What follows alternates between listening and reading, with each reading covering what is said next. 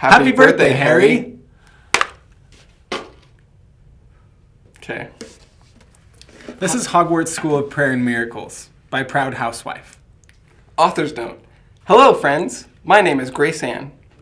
I'm new to this whole fan fiction thing, but recently I've encountered a problem that I believe this is the solution to.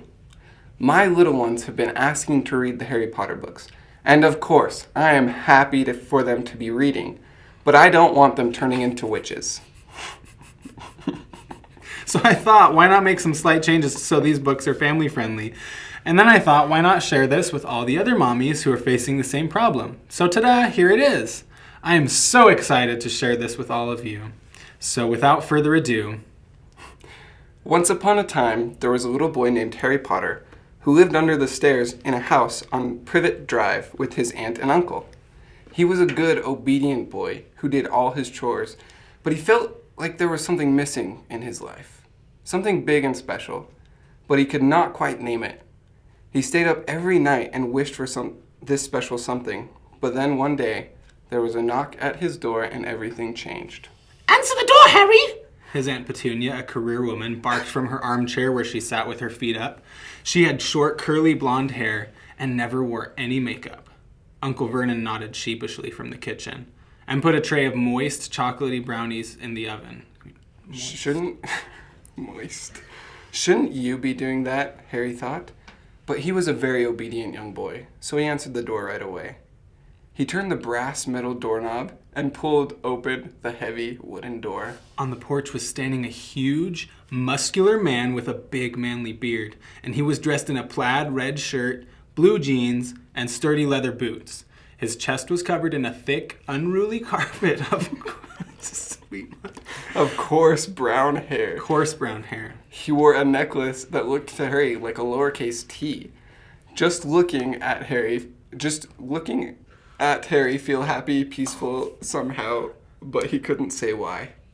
Good morning, kiddo! The man greeted amiably and smiled at Harry.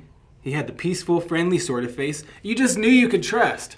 My name's Hagrid. Could I speak to your mommy and daddy? I don't have a mommy or daddy, Harry replied sadly, and looked at his raggedy old shoes that were blue. Perhaps that was why he felt so lonely, he thought. Not for the first time. Maybe that was what he was missing. A mommy and daddy. But no, that wasn't quite right. I'm so sorry to hear that, Hagrid uttered empathetically. You can speak with my auntie and uncle, Harry retorted politely. He blinked his big blue childlike eyes. What do you want? Aunt Petunia peered out the door with her narrow, suspicious eyes, and she was wearing a baggy, unflattering pantsuit. Hello, neighbor! I was wondering if you've been saved, Hagrid exclaimed brightly, and tipped his wide-brimmed, straw cowboy hat. Aunt Petunia laughed, a gravelly laugh, and leaned forward on her sturdy, practical boots. Saved? Don't tell me you're one of those Christians! Harry did not know what that meant, but Hagrid's smile was the most peaceful smile he had ever seen. It made Harry feel warm and happy inside, just seeing the glowing, radiant grin on the kind, friendly stranger's face. He wondered why Aunt Petunia and Uncle Vernon didn't smile like that. Yes, I am, Hagrid replied kindly. Are you? Aunt Petunia laughed again and stuck her pointy, sharp nose in the air. We are too smart for that. Haven't you read Dawkins? God is dead! Dawkins proved that. Would you like us to educate you on the Dawkins? What is a Christian? Harry queried innocently, and scuffed his shoe on the shaggy yellow carpet, which had not been vacuumed in quite some time, probably because of the career woman. Career woman in the pantsuit. Christians are good people who want to be good, Hagrid explained wisely and crouched down so he was on eye level with Harry. We want to go to heaven after we die. Do you know what heaven is, Harry? Harry shook his head. His big eyes were wide and curious. Heaven is a beautiful place where we can be with God. Aunt Petunia smacked her hands over Harry's young ears, and her voice was sickly sweet when she said, Thank you very much for your concern, sir, but he does not need your religion. He has science and socialism and birthdays. Haven't you heard of evolution? I have a very good textbook on evolution that I could give you on it if you would like to learn things. Hagrid laughed wisely. Evolution is a fairy tale.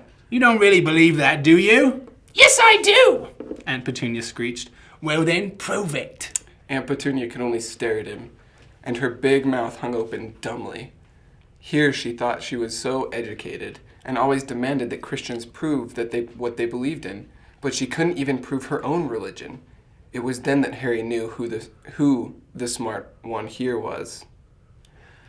"Tell me how to get to this heaven place," Harry cried wistfully, clasping his hands together.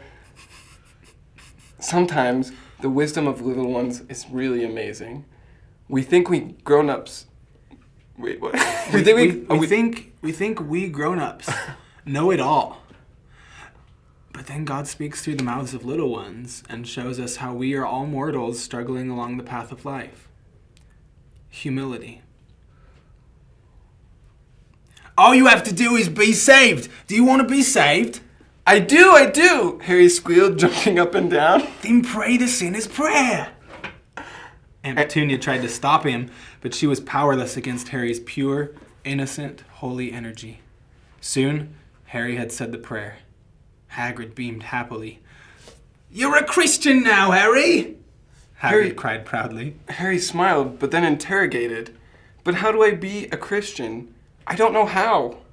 Hagrid grinned widely. There is only one place to learn that.